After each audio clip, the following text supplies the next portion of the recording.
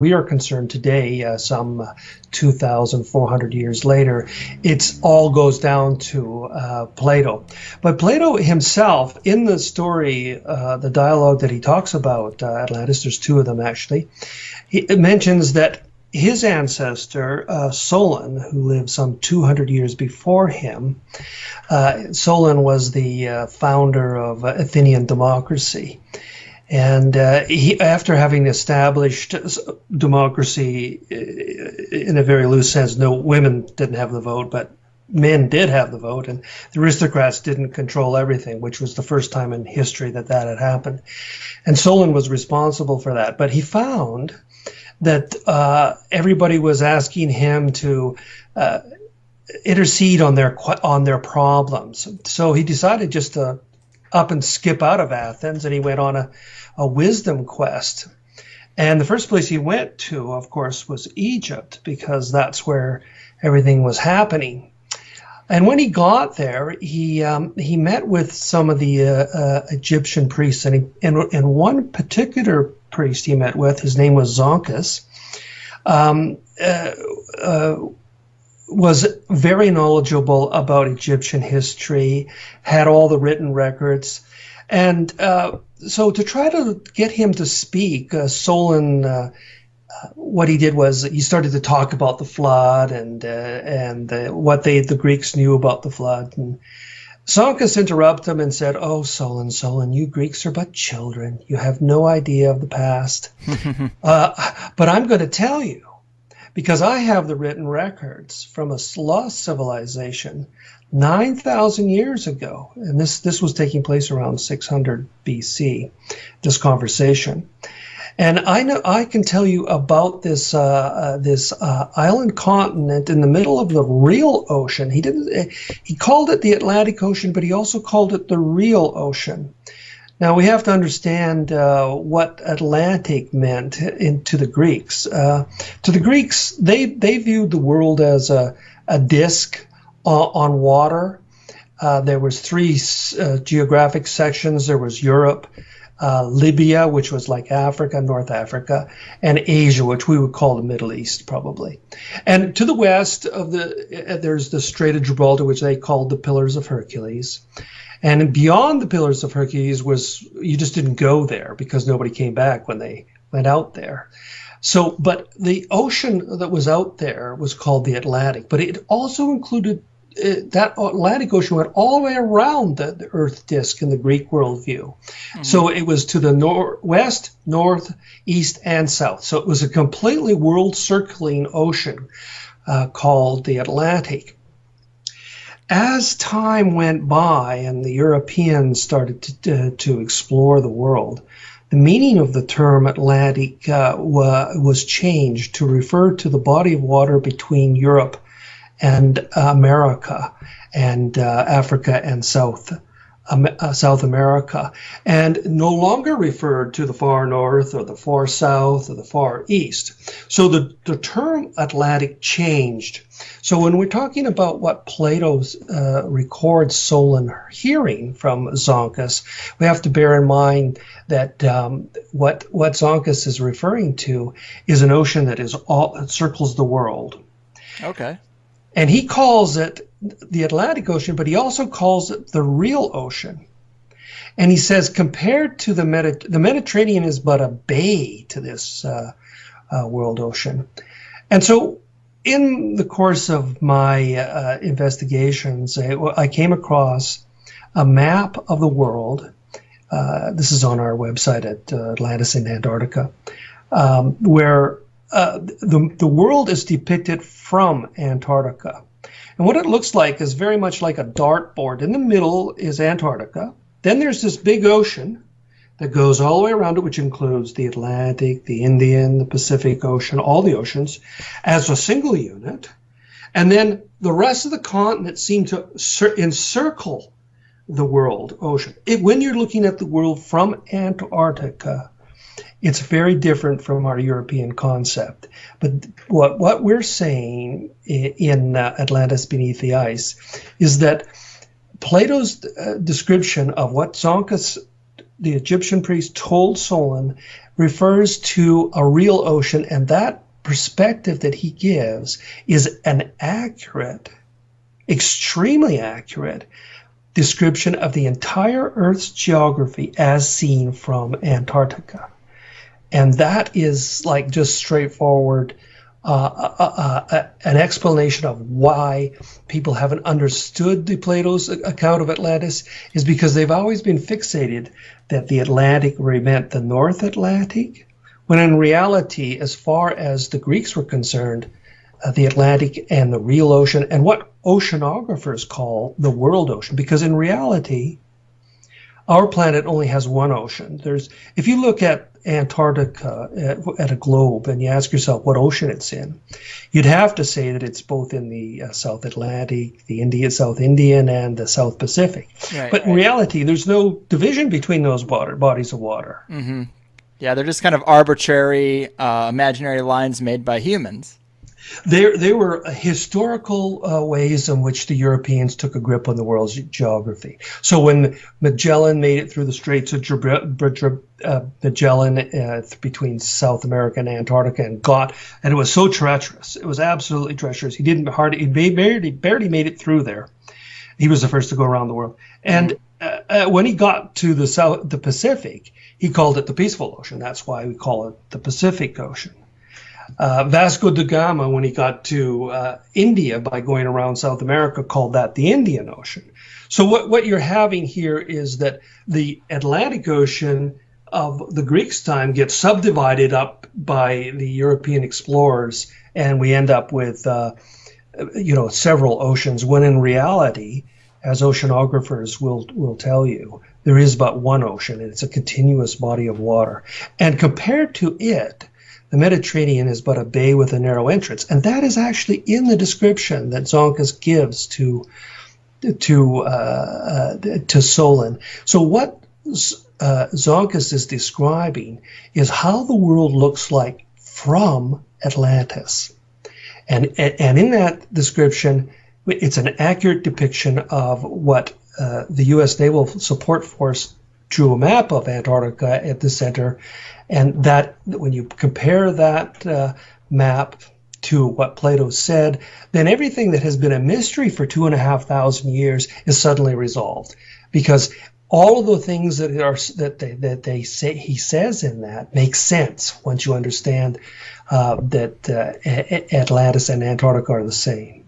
Man, that's fascinating stuff, man. Well, let's talk a little bit about the society of Atlantis. What have the writings told us about what the society structure might have been like? Well, it was a constitutional monarchy. There was 10 provinces or states, but if you like, each of them had their own leader. Each of them they weren't elected. They were it was hereditary kings of each of the provinces. We don't know a lot. What Plato records is what Zonkus told Solon. And what Zonkus told Solon was that this was an extremely advanced engineering civilization with massive megalithic projects that would dwarf the pyramids. Things like massive canals, the buildings that are described in the city of Atlantis, because Atlantis refers not only to the continent, the island continent of Atlantis, but it also refers to the capital, which is Atlantis. It's like New York, New York. Right. It's Atlantis, Atlantis. And in the city of Atlantis, it's huge. It's about the size of London, almost exactly the size of Greater London. And the inner London is about the same size of inner London as well. We show that in the book. It was done in concentric circles. There's a lot of engineering done. They put a great deal of influence on their gardens, and plants are very important. They have a racetrack. The temple is huge. It's just gigantic. It would be like the size of the Great Pyramid, that kind of size of a temple. Wow.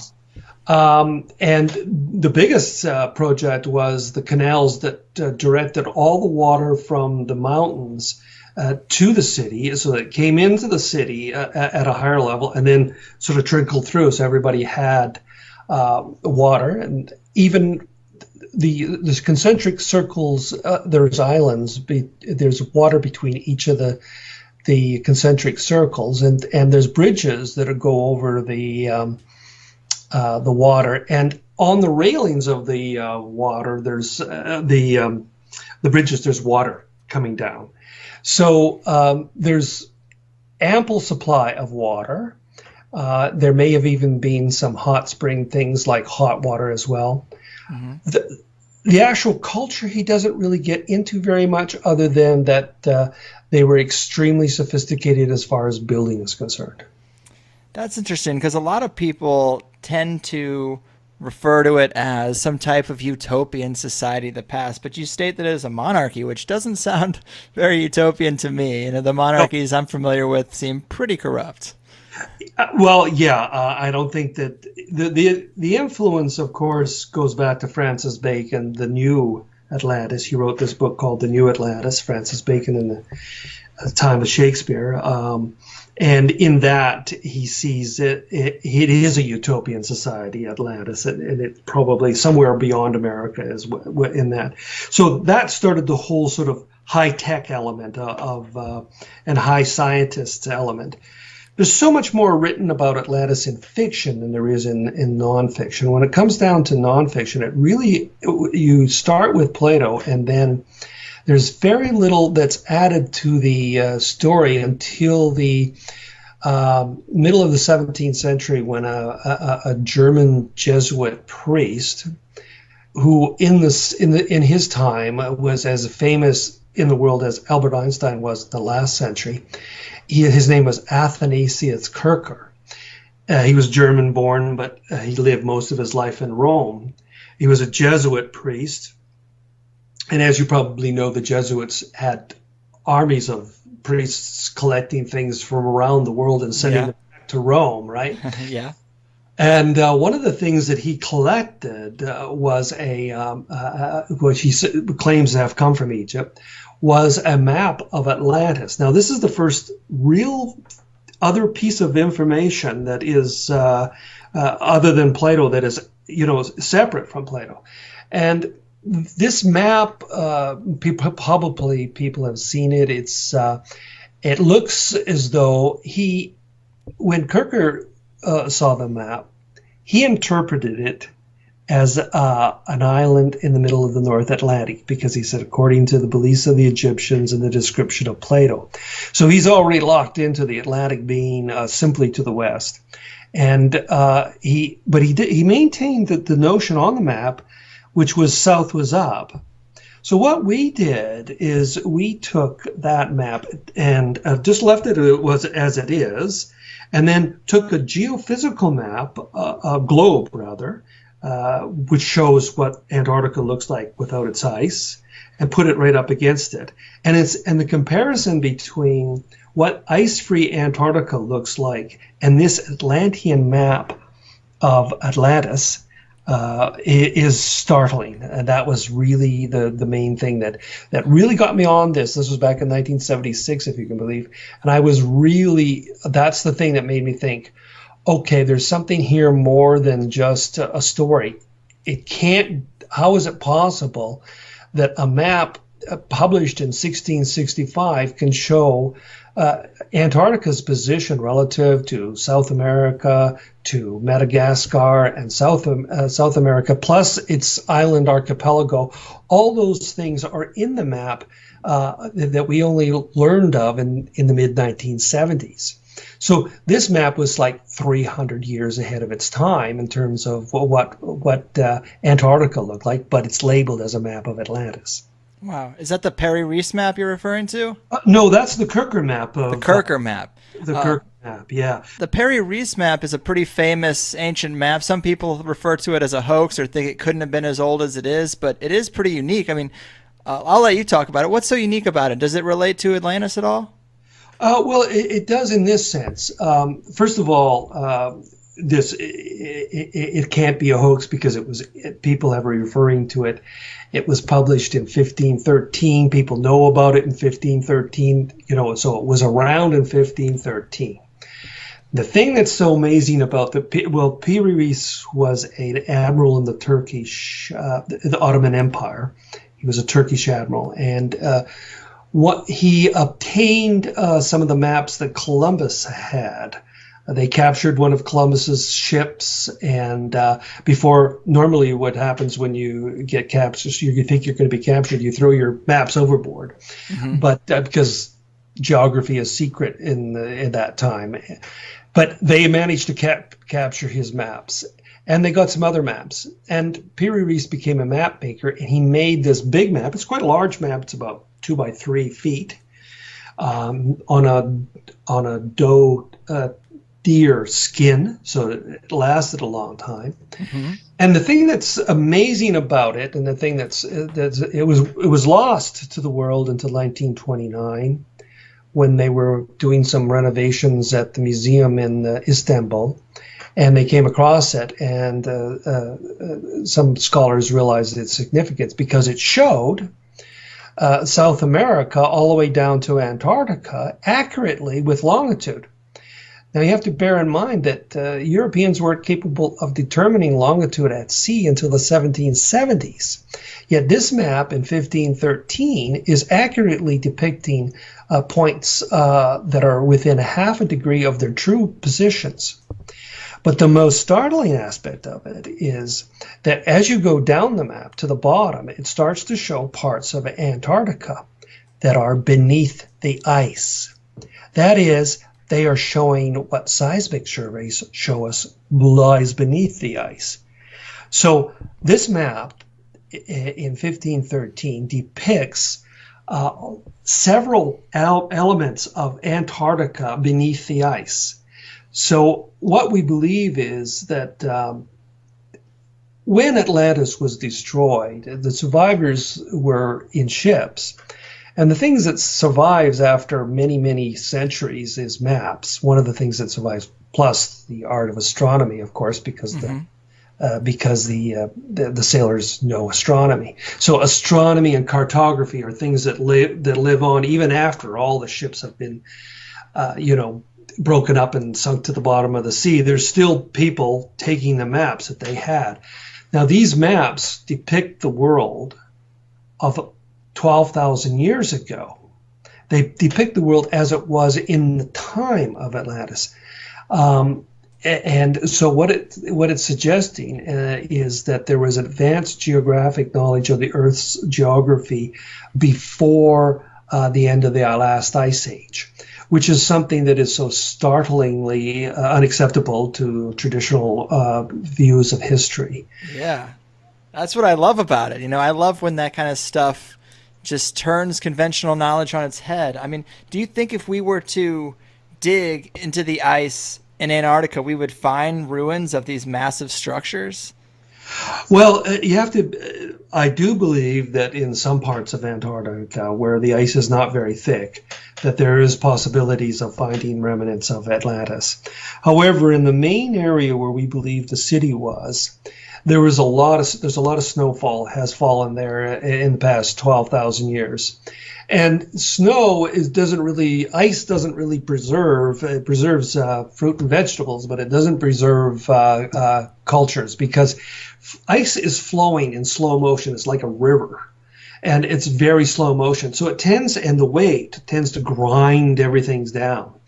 So if you're looking for something in Antarctica as a remnant of Atlantis, you're going to have to look in areas where the snowfall wasn't as great, so that this hasn't been, and there are whole areas where this could be explored, or in what I call like the eddies. If you imagine if you look at a river and you have a rock in the river, and the water goes around the rock, so on the downside of the river, things can be preserved in the eddies of the rock. Likewise, the mountains that are in Antarctica where the snow is moving, it moves in and around these mountains, and in the eddies of that, there would be places where things could be preserved.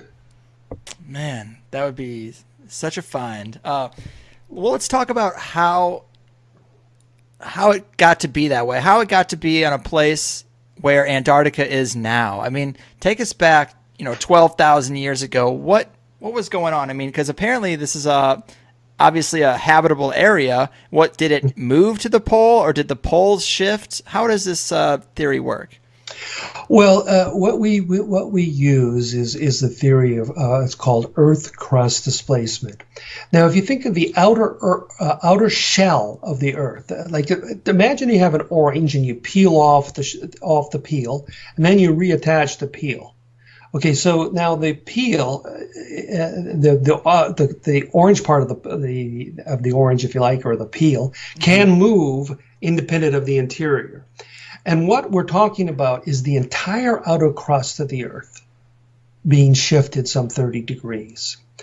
And we're talking about not just the continents, but also the ocean basins. Mm-hmm. So don't think of this. People get confused with plate tectonics. Plate tectonics is the idea that the Earth is made up of a series of plates, which is true. We're not disputing plate tectonics, and that they are gradually, very, very gradually, moving in relationship to each other. It takes millions of years before you could really see big differences. We're not talking about that. What plate tectonics assumes is that below the crust there's a mobile layer. It's called the asthenosphere. It means weak zone. And then below that is the mantle, and then there's other parts of the interior. But what Charles Hapgood did, and he did this in complete association with Albert Einstein over a period of 3 years, in correspondence. The correspondence is over 200 pages long, and I've read it all. And Albert Einstein guided the research, and Hapgood undertook it. And in that, he came to believe that the entire outer shell of our Earth periodically displaces as much as 30 degrees. So now if you want to take a look at let's take a look at North America, for example, as it was before the displacement. Okay. At that time, the Earth's crust that was over the North Pole, or the axis, was in the Hudson Bay rather than the Arctic Ocean. So then you had, of course, the polar zone, is covering North America, most of North America. And that's why you have this big ice sheet on North America. That's why you've got the Great Lakes and all the remnants of the ice sheets that were there. So North America 12,000 years ago was kind of like Antarctica is today. It was uninhabitable for large part. Only the fringes like Southern California, then the very bottom of like Florida and Texas and all that area. And even there, they're pretty cold, but when you get to New England, it's under ice. You get New York, the state of New York's completely under ice. Michigan's under ice. Almost all the area. If you're anywhere near a Great Lake today, then 12,000 years ago, you would have been under ice. Mm-hmm. So the thing that's strange about this, though, while New York and New England and all these other areas are under ice, up in Alaska and across Alaska into Siberia, there isn't big ice sheets. There's animals up there living that are temperate zone adapted. They require large quantities of grass and open lands and stuff, and they are there, and they're existing there, and they're at the time of Atlantis, Siberia was not cold as it is today. It was warm. It was temperate.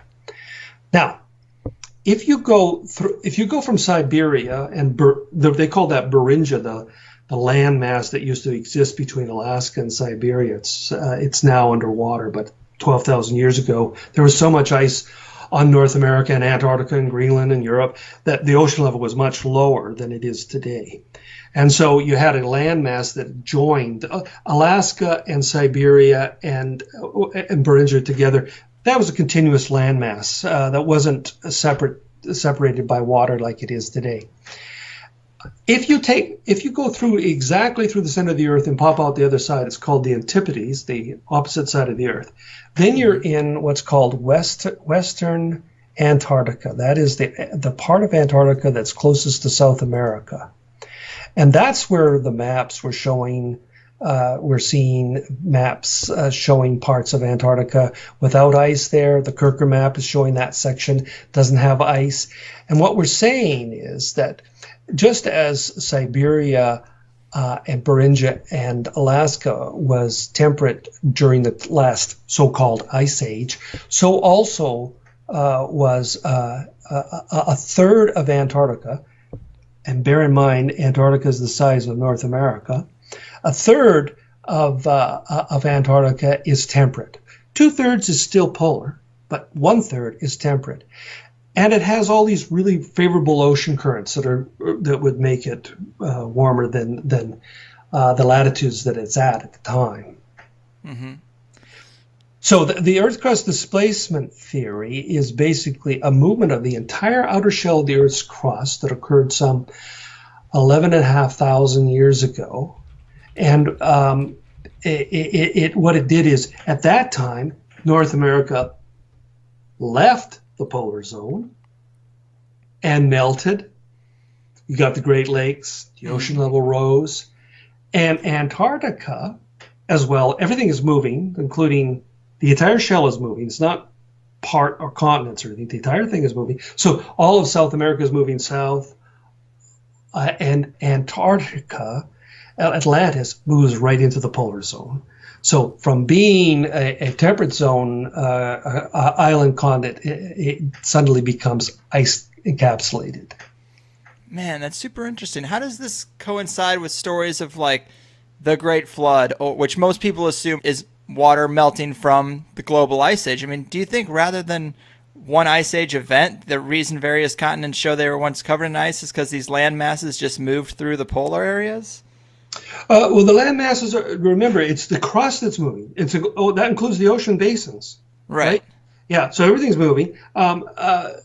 So what we think the flood is, first of all, there's tidal waves when you have a crustal displacement because major earthquakes, right? So you're getting tsunamis like you wouldn't see today.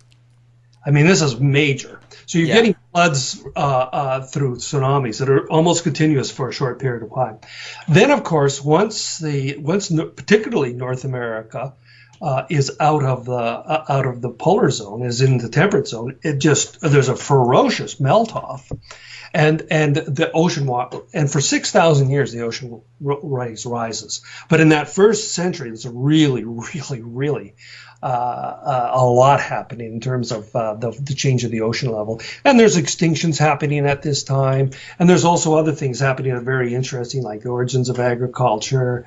There's one particular a site in Turkey that is extremely interesting, probably the oldest one in the world. We can talk about that later. But you were talking about the flood. And what we did on the study of the flood in Atlantis beneath the ice is we looked at all the stories of the flood that made mention of one of two things: either a change in the sky in somehow, because when the Earth's crust shifts, it seems as though the sky is falling. It's actually, of course, the crust moving, but it seems as though the sky is falling. Our first book was called "When the Sky Fell." Mm-hmm.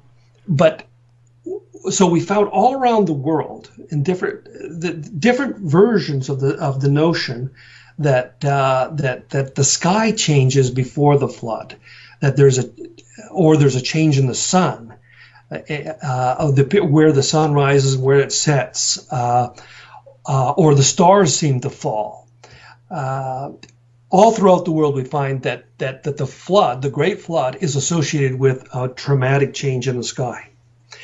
The other thing that we found was that because we looked at all the myths of the flood that we could get our hands on, and I did this over a period of 2 years, and I was a librarian at the time, and so I could get all the books, and I got all the books, and I read them all, and read all the stories of the floods I could get my hands on. And out of that, we found a half a dozen stories where that before the flood, there's mention of a lost island paradise. Now, this is really interesting because Plato's story, he's accused of inventing it. Mm-hmm. But when you put the Atlantis story into the larger framework of world mythology, And now you're looking at world mythology and you're saying, okay, flood. Here's one of the things that's happened. Let me give you an example. In British Columbia, where I live, in the interior, in the Rocky Mountains, there's the Okanagan people. They also live in Washington State. Mm-hmm. And they have a story of having arrived in North America after having been catastrophically displaced from an island paradise in the middle of the ocean that's associated with whiteness. And they called it Suma Tui Wula. Okay, that sound, da-da-da-da-da-da. It's kind of like na-na-na-na-na-na. Yeah. Yeah, okay. Okay, now let's go to Japan. And their oldest story is in the Kojiki, it's called. It's the story of ancient things. And in the very beginning of the creation of the world in the Japanese version of mythology, a god and a goddess stood over the earth, which was considered to be like a globe full of water, kind of gooey stuff water, though not regular water. And they stick down a spear into that and twirl it around. And that's what's supposed to cause the earth to spin, right? And as they bring up the spear, droplets fall near the pole. And that is the Japanese islands. And they called it Onogoro-jima. Da-da-da-da-da-da. Phonetically, it sounds similar. Exactly. So now we go to ancient Iran.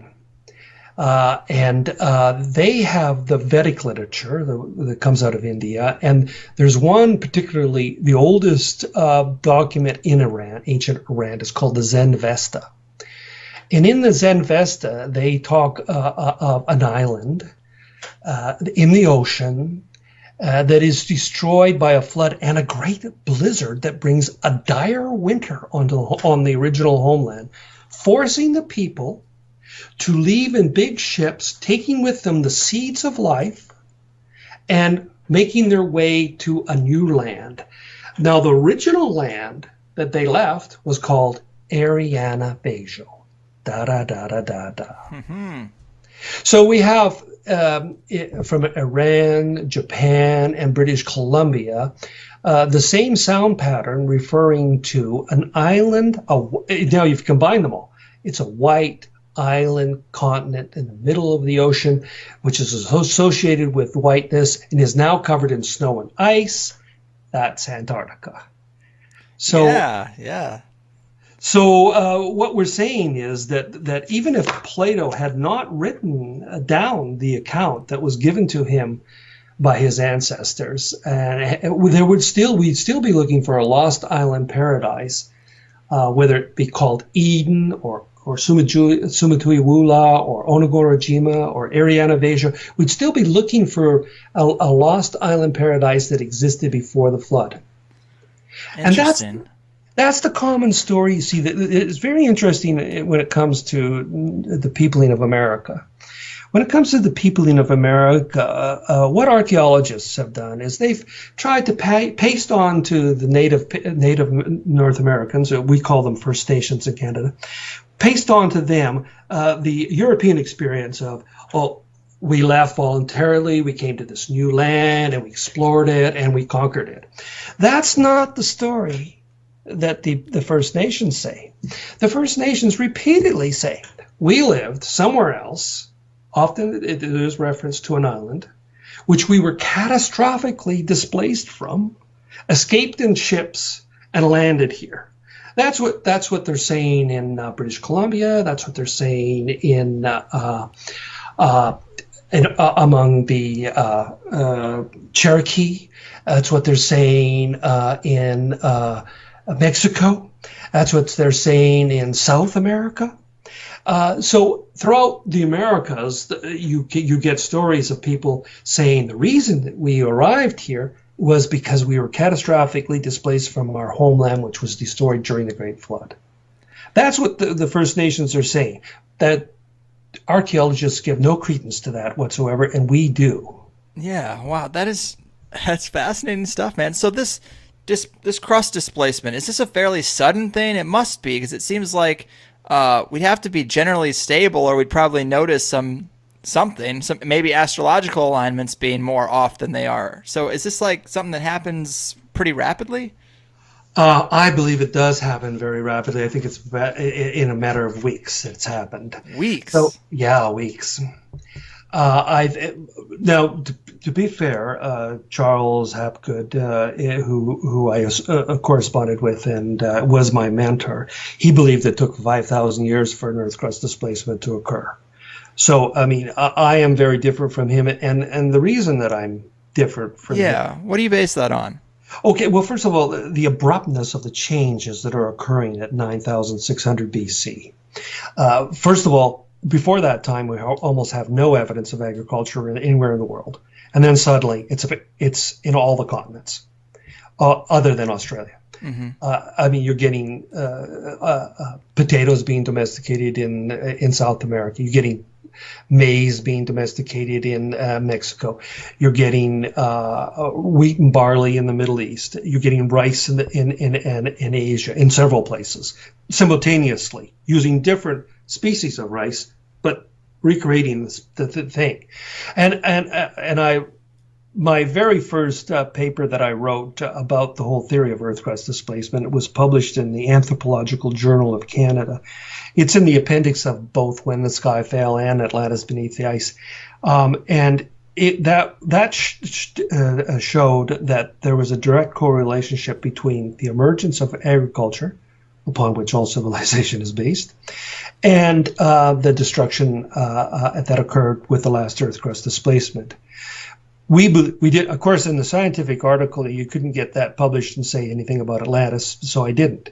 At the time that I wrote it, I believed that Atlantis was the hidden hand behind the reemergence of agriculture.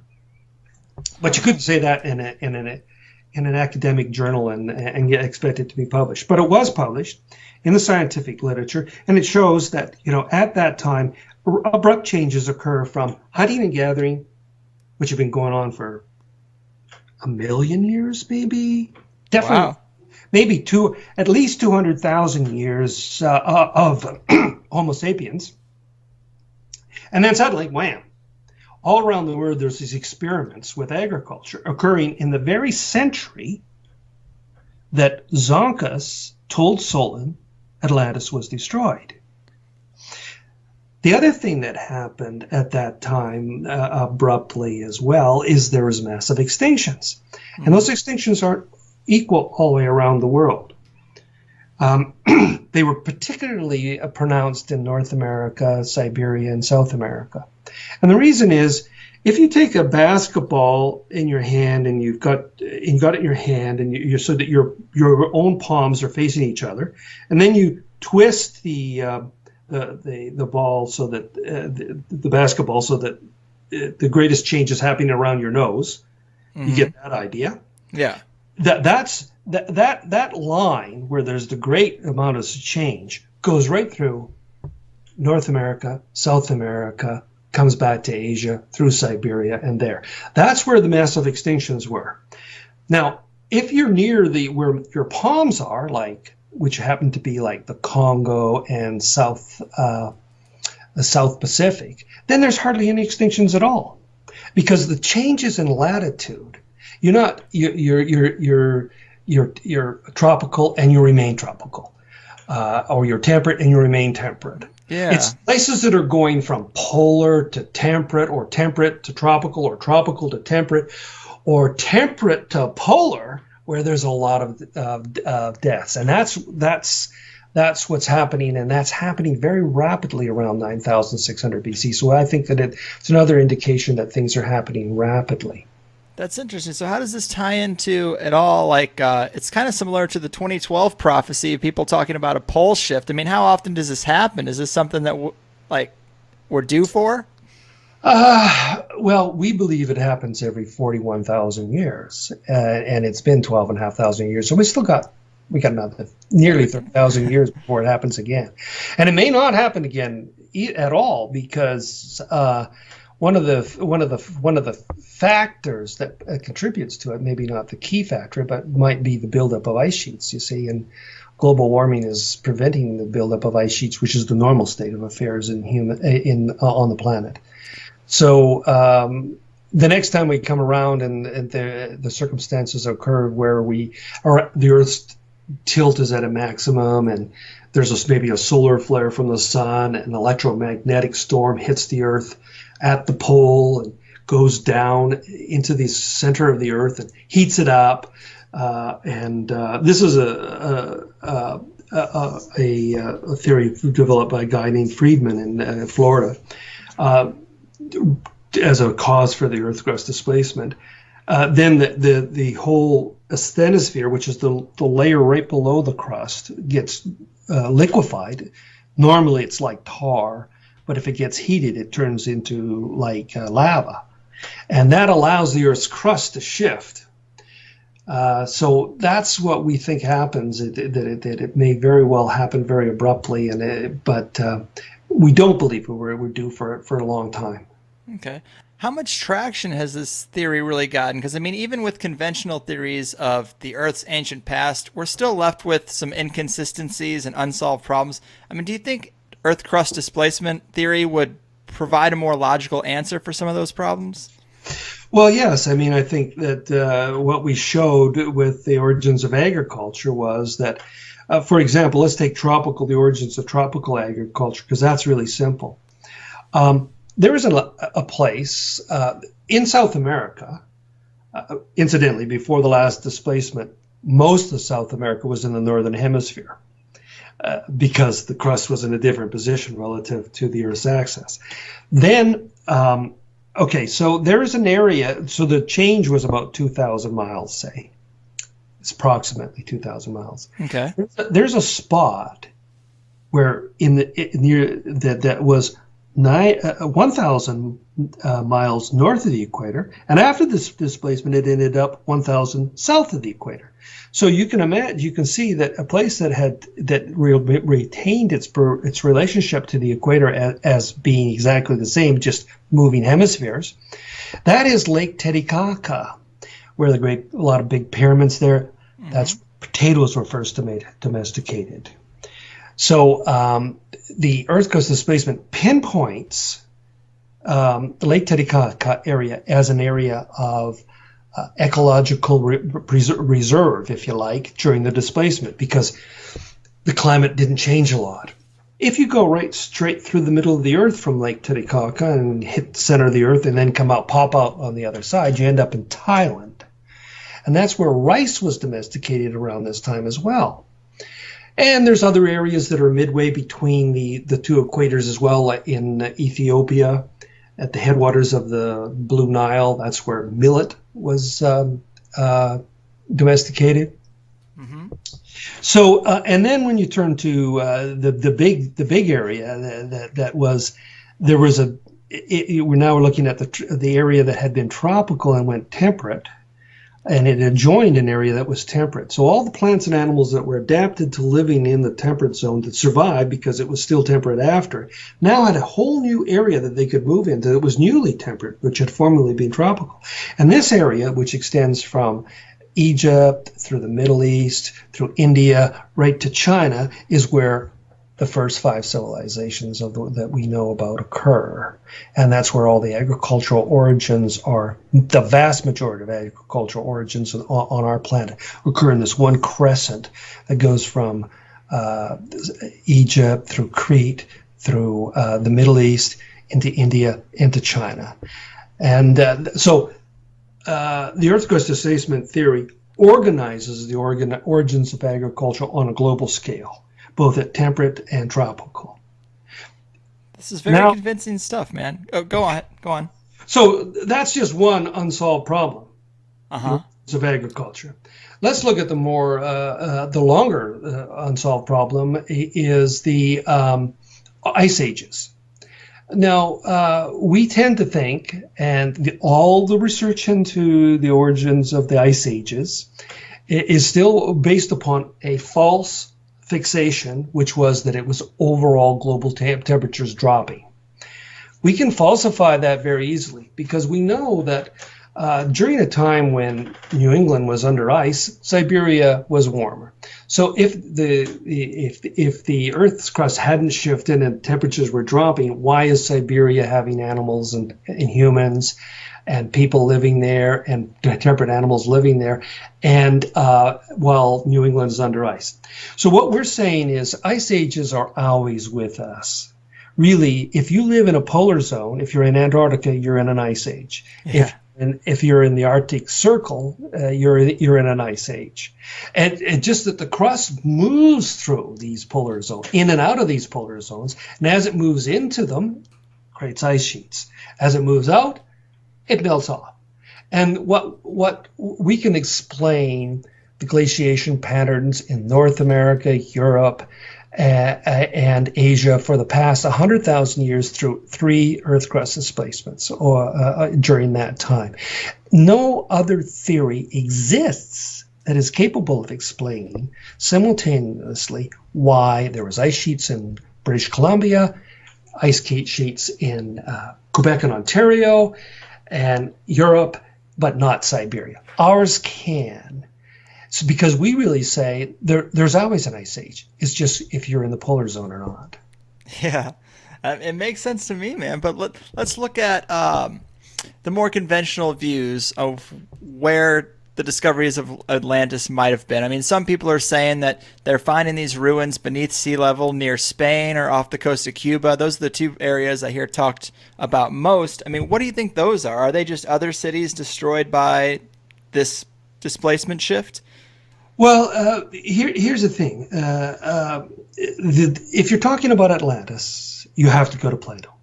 And then when you go to Plato, you're ultimately going to Solon, the conversation between Zonkus and Solon. Everything else is speculation. This is the only thing that exists. And Zonkus makes it absolutely clear that it's an island continent. It's the size of Libya and Asia combined, is what he said, which is the size of North Africa and the Middle East combined. In other words, it's bigger than the North Atlantic Ocean, for example. Mm-hmm. So huge. It's an island continent. How can it be Spain or someplace like that? It's True. just, it's got to be, it's too big not to fit the story. So what they almost always do, and all of these theories that talk about it, is they say, oh, this is an exaggeration, that it wasn't really 9,000 years ago, it was 900 years ago, or the size is magnified by 1,000% or something. So what they have to do is they have to distort what Zonkus told Solon in order to have their theories fit. We don't have to do that with Antarctica. Antarctica is an island continent in the middle of the real ocean. There's no distortion there. Mm-hmm. Yeah. That makes sense. I mean, so I guess these are just other little cities, because I assume with such a radical change, there probably would be tons of anything on the coast would be destroyed, I assume. Yeah.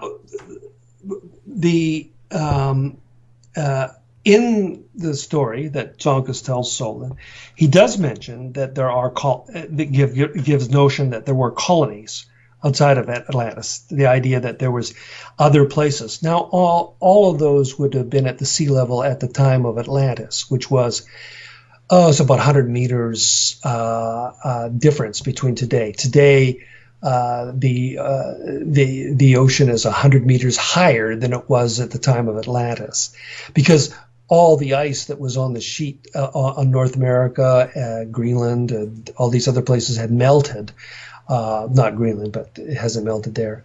But so you have, when Atlantis was destroyed, all the ports at that time that were at sea level, ultimately within a century were gone. Yeah. And within 6,000 years, there's no remnants. So what you find things under the water that are remnants of these colonies, possibly. And those can show up just about anywhere, whether it be the Caribbean or off of South America or off of California, or it could show up anywhere because they had colonies around the world. Yeah. Now, is anyone really looked into this? Like, has anyone done any expeditions? I mean, I know the Nazis seem to have a fascination with the poles. Do you think they were onto this idea at all? Well, not really, because like they were fixated on the Arctic as opposed to the Antarctic. Although they did send expeditions to Antarctica, there's no doubt about that, and they were going to make some claims on Antarctica. Their fixation was largely about a place called Thule, and it was supposedly an island in the Arctic Ocean. But, you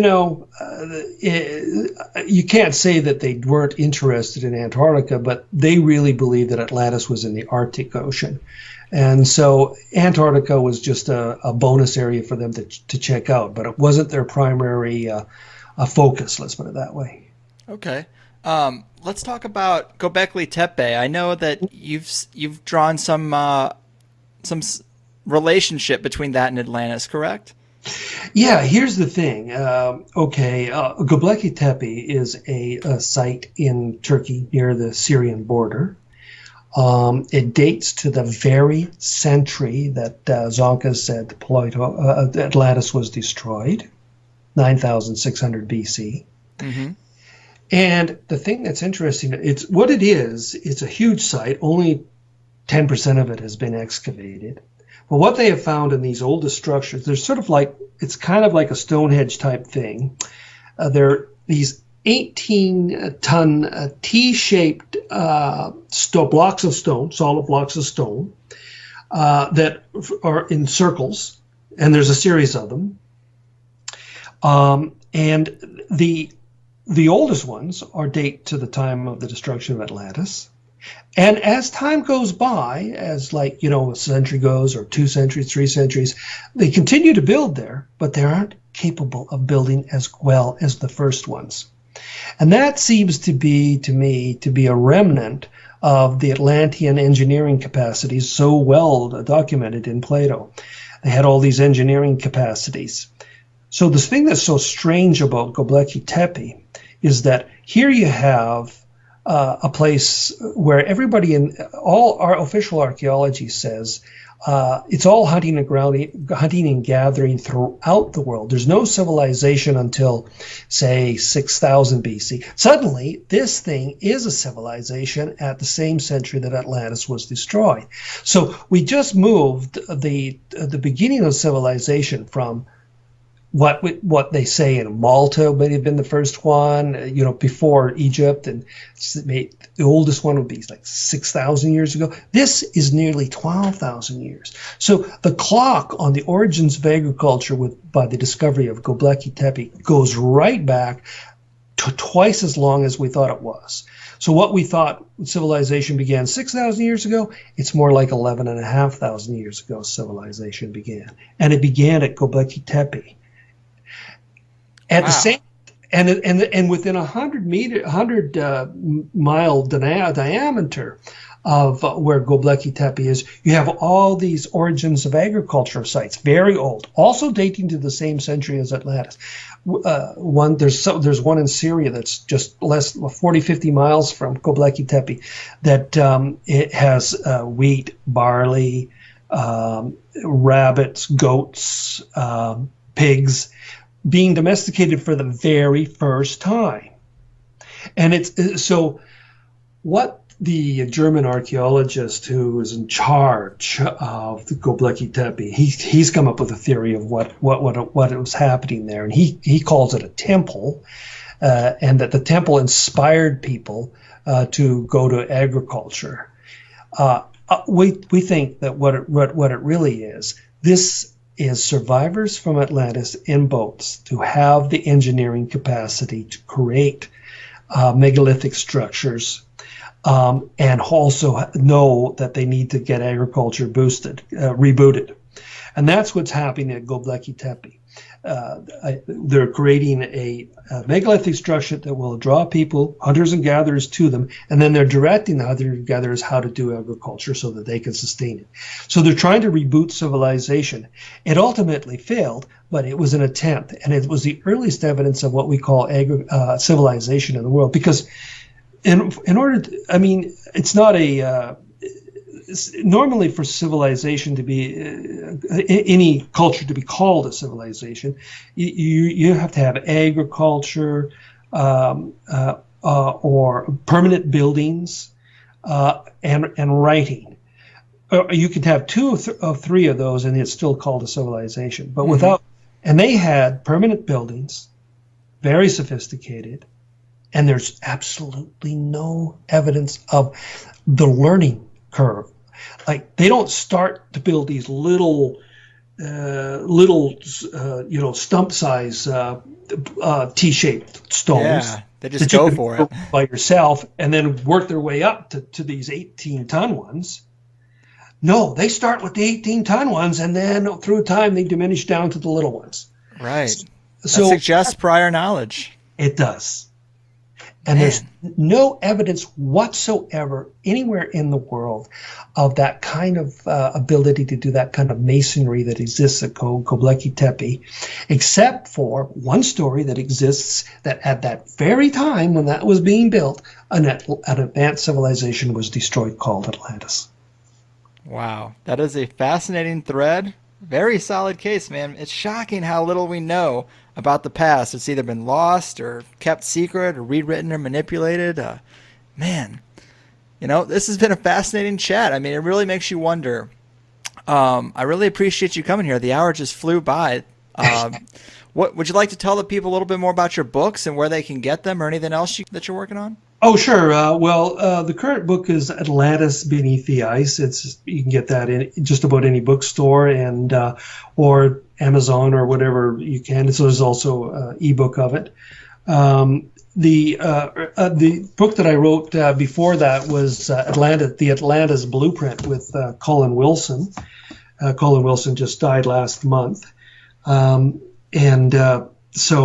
This is one of his best-selling books. He's written over 100 books. He wrote over 100 books. And the Atlantis Blueprint is really about more about the megalithic structures around the world and how they fit into a global pattern that can be interpreted by understanding Earth crust displacement. It's a little bit complicated to get quickly into, but that's what that's about.